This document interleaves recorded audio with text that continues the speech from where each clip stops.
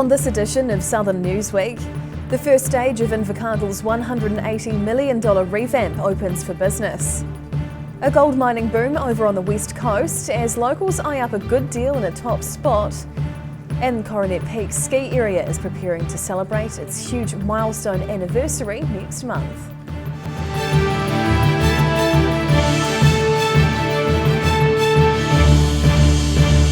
Kia ora, good evening, I'm Hannah Wilkins. Invercargill's new Central City block redevelopment welcomed its first customers this week. The first stage of what's called Invercargill Central was formally opened by Mayor Sir Tim Shadbolt. It's taken just under 2.5 years from inner city demolition site to opening day, with Invercargill Mayor Sir Tim Shadbolt chosen to cut the ribbon on the Southern City's new Central City Mall on Thursday morning.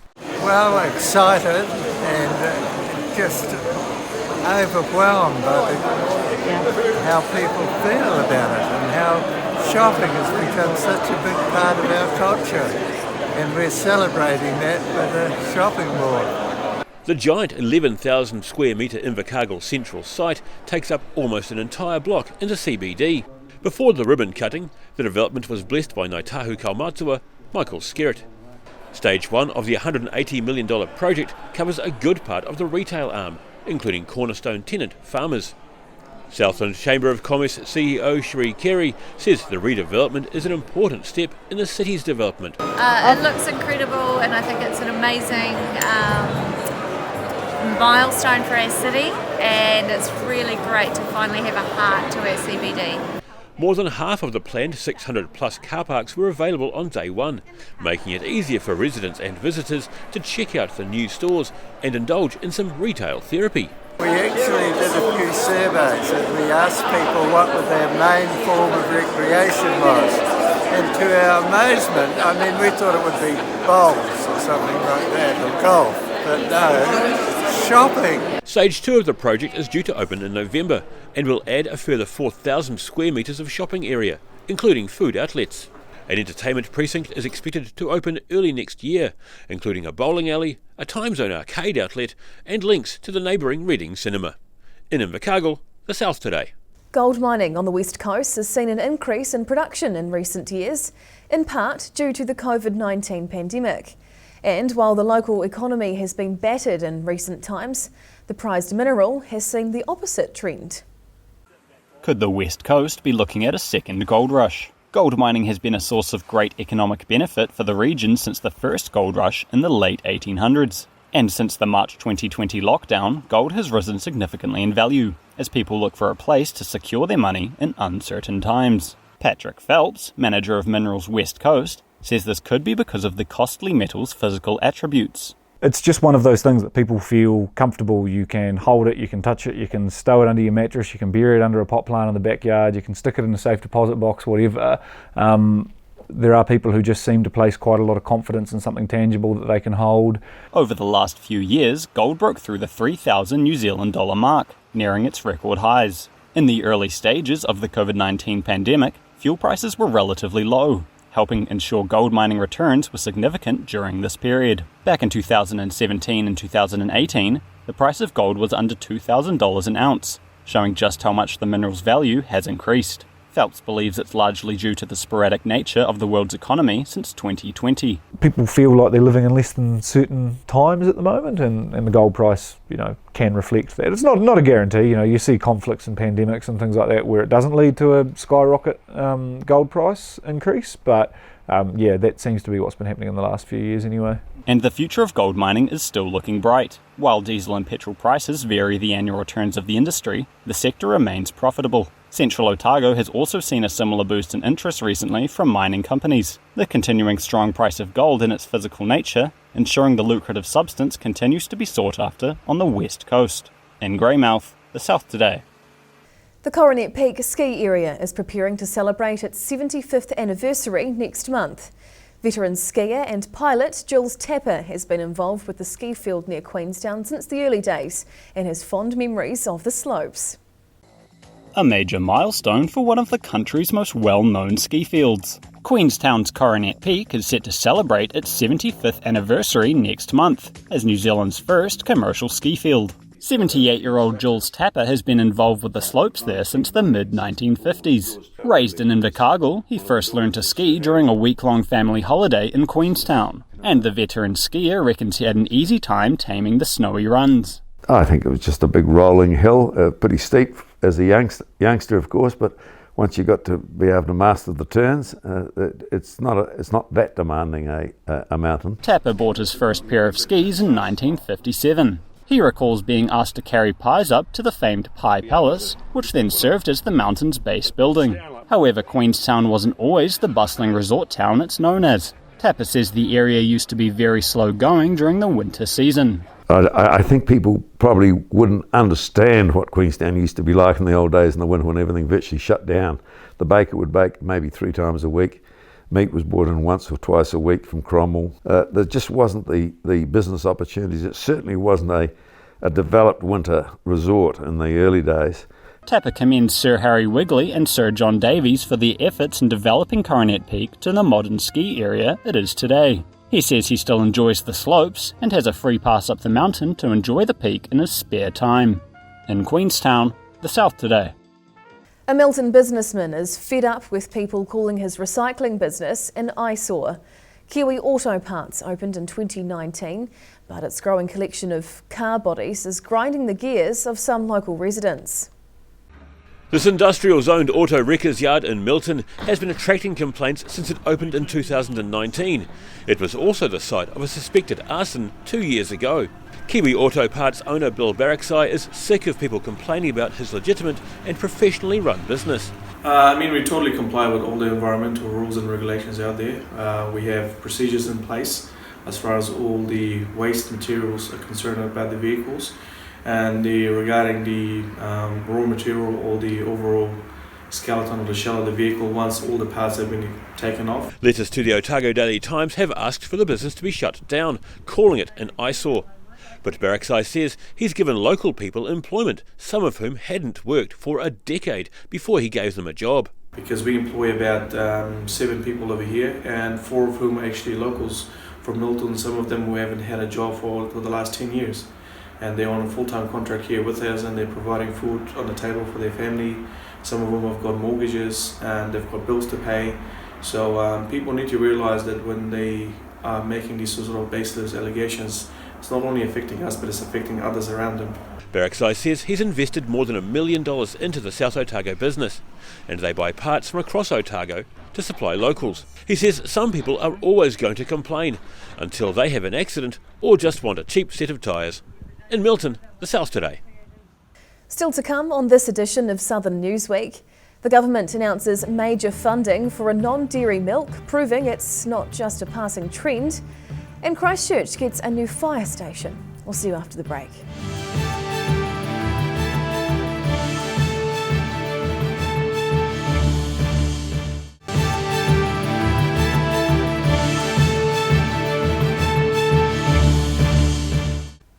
No mai hoki mai, welcome back.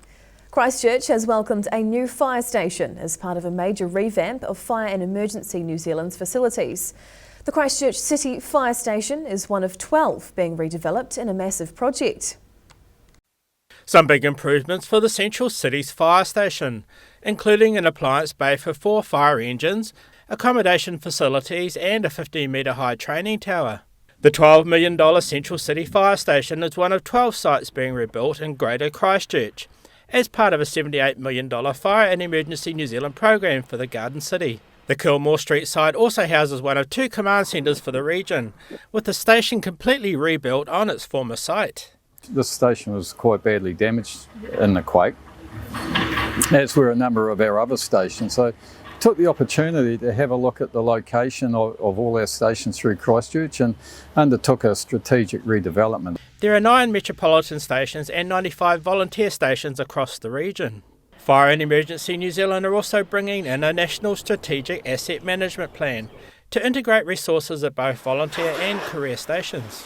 That's bringing together, all the firefighting resource and equipment from all the territorial authorities around. A final 3 rebuilds are underway for volunteer stations in Kaiapoi, Kaikoura and Sumner. In Christchurch, the South Today. Wanaka youngsters have been volunteering their time during the school holidays to give back to the local community. A handful of keen young environmentalists are taking part in a scheme run by Kahu Youth's environmental program, Grounded. Youth who dig nature, planting trees to give the whenua a helping hand. About 8 young people are giving up their school holiday time to give back to their local environment. Volunteer Fleur Maiden is among those taking part in a tree planting day and says she has simple reasons for doing it. So I decided to do this because I come from an enviro school and it's a good idea to plant new trees in the world. The day began with the youth visiting Te Kakano Nursery near Waterfall Creek before heading out to Domini Park. Kahu Youth Operations Manager Anna Sutherland is grateful for the support from the youth on community days like this. Te Kakano Aotearoa Trust says recycled wool and former cancer drug packaging is used as weed mats to protect the flora's roots. And when each young tree is in the ground, it's then protected with a wire fence. In Wanaka, the South Today. A Southland initiative has received a major boost in its goal of becoming New Zealand's top producer of oat milk. The government is investing $6 million towards a plant-based beverage processing facility, with oat milk to be the first product off the production line. Farming of oats in Southland is to get a boost thanks to the government's announcement of $6 million of funding towards an oat milk factory in Makarewa, just north of Invercargill. Economic and Regional Development Minister Stuart Nash says the money's coming from the newly established Regional Strategic Partnership Fund, which replaces the earlier Provincial Growth Fund. The business case put forward, the value proposition outlined, was incredibly sound, and in terms of, from my perspective, very easy to give the big tick to. The factory would produce about 80 million litres of oat milk a year, a product which Nash says is increasing in popularity. I've got a local cafe in Napier, and about 3 months ago I said, how are things going? And they said, well, things are going really well. We know that Auckland's are moving. Normally we sell about 2 litres of oat milk a week, now we're up to 10 litres. It's hoped the factory will be operating by the end of next year and creating about 50 new jobs for the region. The construction of Southland's oat milk factory is set to cost about $50 million, with the government funding about 1/10 of the cost. In Invercargill, the South Today. Spending 2 hours every day honing her skills has gained a 12-year-old Dunedin girl national recognition in a little-known field. Imogen Leaper has received a Young Achiever Award from the Donkey and Mule Society of New Zealand, one of just 2 awards handed out this year. At 12 years old, Dunedin's Imogen Leaper knows how to spot a wonky donkey. She's been caring for 26-year-old Coco and 10-year-old Jasper for the last 4 years, and her work's gained her national recognition. I won the Young Achiever Award for my age group out of New Zealand, and so it was quite a surprise to get that, because this is my first year competing with donkeys. But yeah, it was definitely a surprise, but I'm very grateful for it. The donkeys are judged on a range of aspects, including presentation and how well they can compete on obstacle courses and trot in circles. This is the first year she's shown her donkeys at AMP shows and was quite surprised to receive the award. But she says the world of competitive donkeying isn't all awards and glamour. Well, there's a lot of everyday care, so I get up really early before school and feed out, and in the afternoon after school as well, and training them and getting them all prepared for a show is a lot of work. The most challenging part of dealing with donkeys is their often difficult temperament. But the tenacious young lady isn't letting cranky wonky donkeys get her down, as she continues to teach them new tricks, ready for the next show. In Dunedin, the South Today.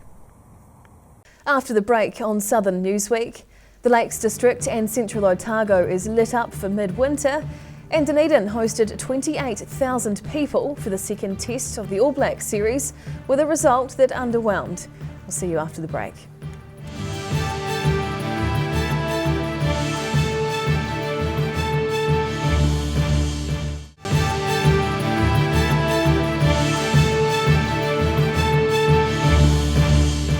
Tēnā koe, welcome back. Queenstown has welcomed back winter with fireworks and live bands recently. The 4-day festival was a celebration of all the town has to offer in the snowy months, with thousands enjoying the markets, food stalls and live entertainment. Wintertime celebrations in Queenstown. Welcome to Winter 2022 is bringing Queenstown an action-packed weekend from the 7th through to the 10th of July. The annual event, typically known as Winter Festival, has been scaled back for this year's winter season. However, the thrilling celebration is still jam-packed with both free and ticketed events. Destination Queenstown CEO Matt Woods says he is happy to see tourists back in the main town centre. You know, winter is an exciting time here for Queenstown, so to celebrate that is just, it's really important, yeah. The Fun for All festivities aims to showcase and celebrate the Queenstown winter culture and diversity. Many winter-based activities and shows are being hosted by the event, including various markets and live performances. Braving the cold temperatures, people were keen on what the night had to offer. It was so beautiful. We were watching it was so mesmerizing, and yeah, we loved it. There are still many entertaining events to come, with the resort town filling up with excited tourists and locals alike. In Queenstown, the South Today. A slice of the former Forbury Park racecourse in Dunedin looks set to be used to give St Clair School a bit more space. The Ministry of Education is looking to acquire about half a hectare of the 12-hectare site. Obtaining a slice of heaven. Dunedin's St Clair School is forecasting roll growth over the coming years to 450 pupils and needs more land. So the Ministry of Education is moving to acquire half a hectare or 5,000 square metres of the former Forbury Park racecourse so the growing school can spread out. Oh, absolutely. I mean, at this stage, our concentration is going to be getting usable ground, so just a blank canvas, and then we'll work with the community and the staff in the school and figure out what we need. The board plans to consult with the school community to find out what people want the patch of land to be used for. Information about the planned acquisition was provided by Harness Racing New Zealand, which is involved with the sale process of the Forbury Park grounds. In Dunedin, the South Today. Cromwell's Light Up Winter Festival kicked off last weekend, attracting thousands of people.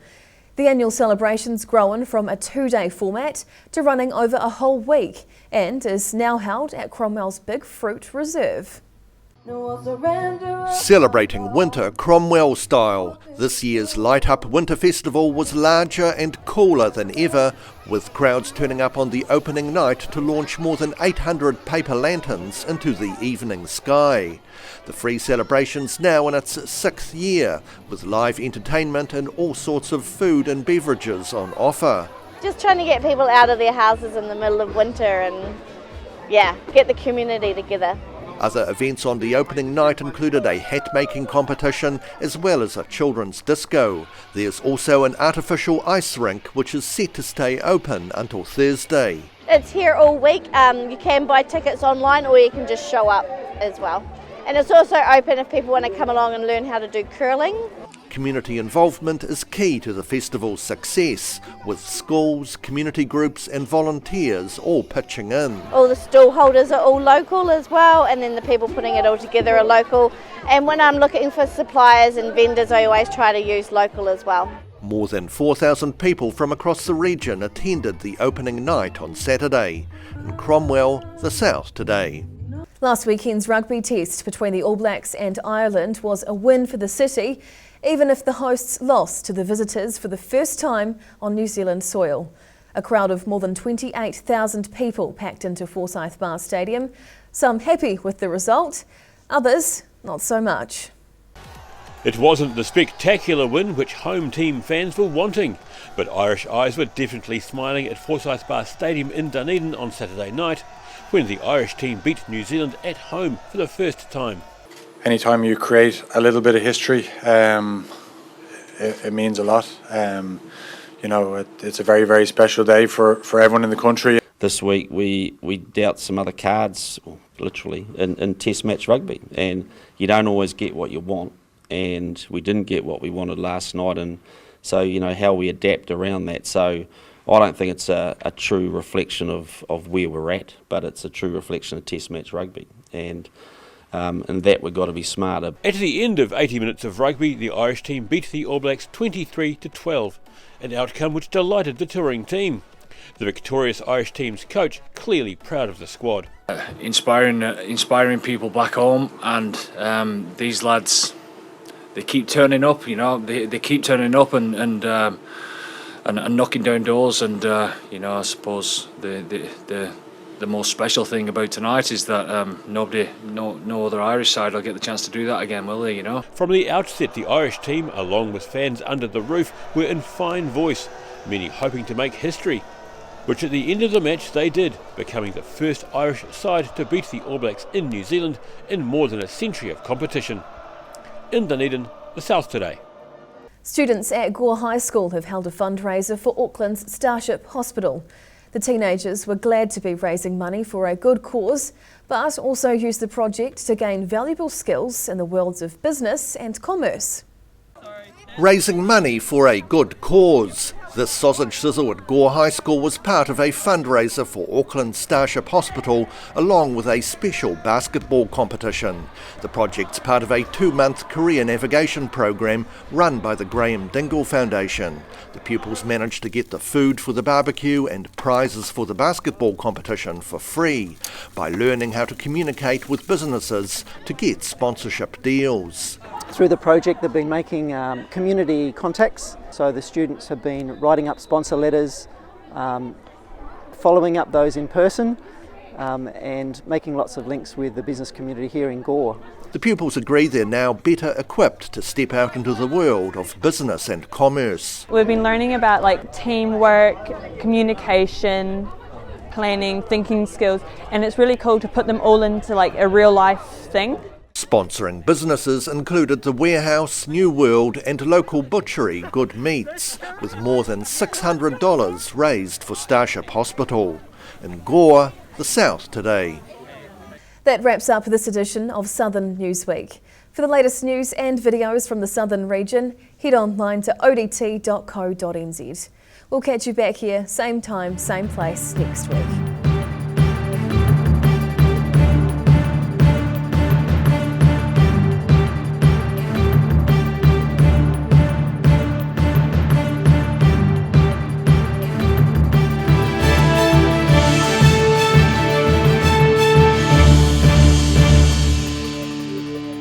Public interest journalism funded through New Zealand On Air.